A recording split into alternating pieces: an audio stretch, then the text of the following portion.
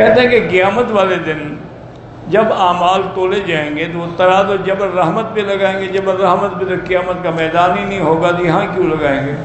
میں ملازم ہوں، گورنمنٹ کا زیادہ کام نہیں دیتی، چلو وہ نہ لیں لیکن آپ اپنا ٹائم پورا دیں۔ اللہ سب کے بچوں کو صالح بنائے، عالم بنائے، اللہ والدین پہ رحمتیں فرمائے۔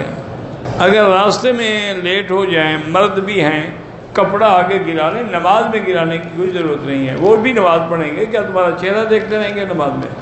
طواف کرتے ہوئے پردہ جو ہے گرا لیا اگر آگے، چونکہ یہاں آدمی ہوتے ہیں ہر وقت، لیکن باندھیں نہیں، نقاب نہ باندھیں۔ کہتے ہیں کہ انتظامیہ سے کہیں کہ لازم کر دیں عورتوں کو کہ پردہ پہن کے، وہ کیوں کرے؟ تم ہر آدمی اپنی بیوی کو، بہن کو، بیٹی کو لازم کر دیں، وہ کیوں کرے؟ بیٹی بیوی بہن تمہاری ہے، آرڈر حکومت کرے، تم نہیں کر سکتے ہو تو وہ کیا کریں گے بیچارے؟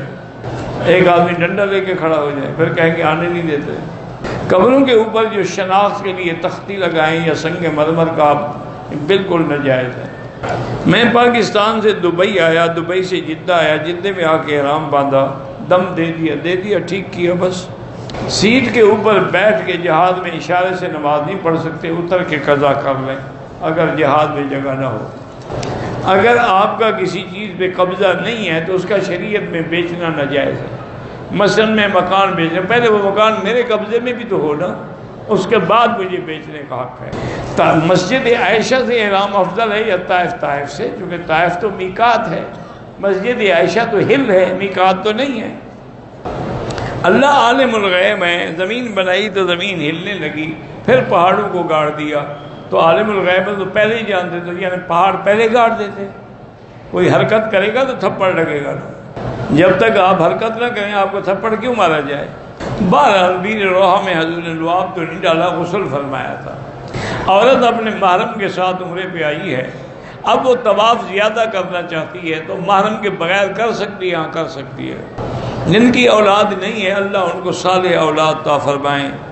میرے چاچا عمرہ کر مدینے سے احرام باندھ کے نہیں، اب طائف چلے جائیں عمرہ کر لیں ورنہ دم دینی پڑے گی۔ عصر کے وقت احرام باندھے، پتہ ہو کہ آج حیض شروع ہوگا، اس نیت سے احرام باندھے کہ حیض نہ ہوا تو عمرہ کر لوں گی، حیض آ گیا تو نہ کروں گی، پھر ابھی طواف کا ایک چکر لگایا تو حیض آ گیا چھوڑ دے، لیکن بال کاٹے اور احرام سے نکل جائے، دم نہیں پڑے گی، کیونکہ اس نے شرط لگا دی تھی کہ محلی ہے سو حبستنی۔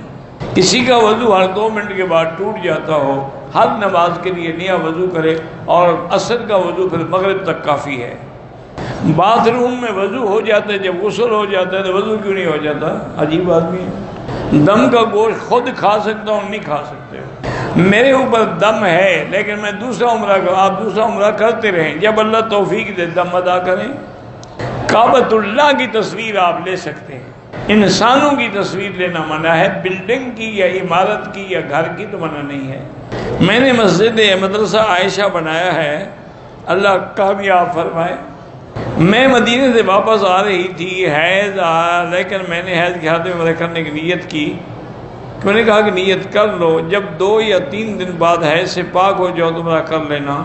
بہرحال آپ نے نیت کر لی، اچھا کیا، لیکن 2 یا 3 دن نہیں، جتنے دن آپ کی عادت ہے، آپ کی عادت 5 دن ہے، 6 ہے، 7 ہے، وہ پورے کریں، پھر تسلی کریں کہ حیض بند ہو گیا، غسل کر کے پھر عمرہ کریں۔ بالکل جو لوگ اپنے بچوں کو حافظ قرآن بناتے ہیں، قیامت میں ان کے سر پہ تاج رکھا جائے گا۔ حتیم میں مرد اور عورتیں مل کے کھڑی ہوتے ہیں نماز میں، بس اللہ قبول کرے، اور کیا کر سکتے ہیں۔ نفلی صدقہ مسجد میں بھی دے سکتے ہیں، ہاں دے سکتے ہیں۔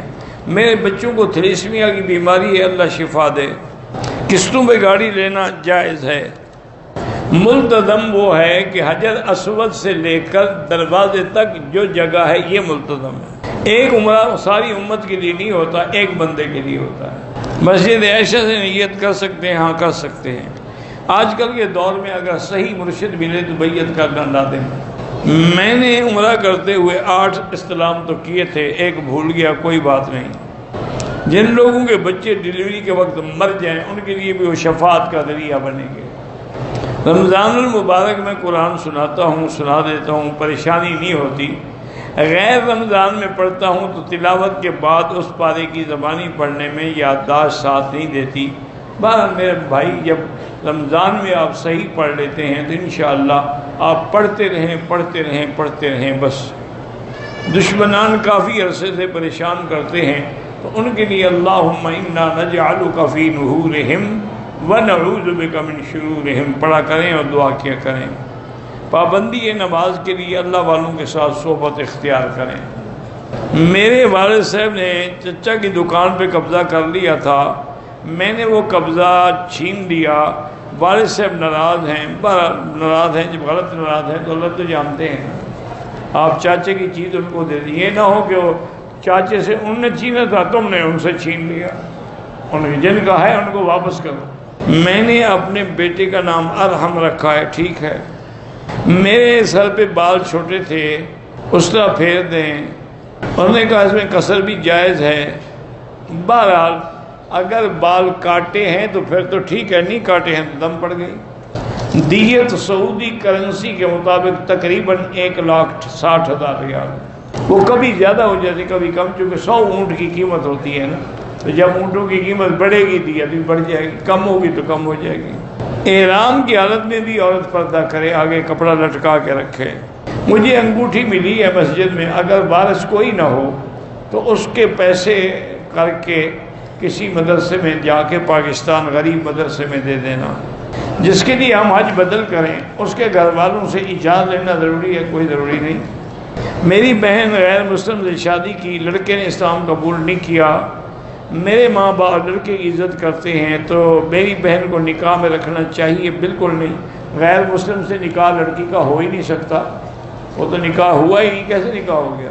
غیر مسلم لڑکی سے تو نکاح ہو سکتا ہے، لڑکے سے تو نہیں ہو سکتا۔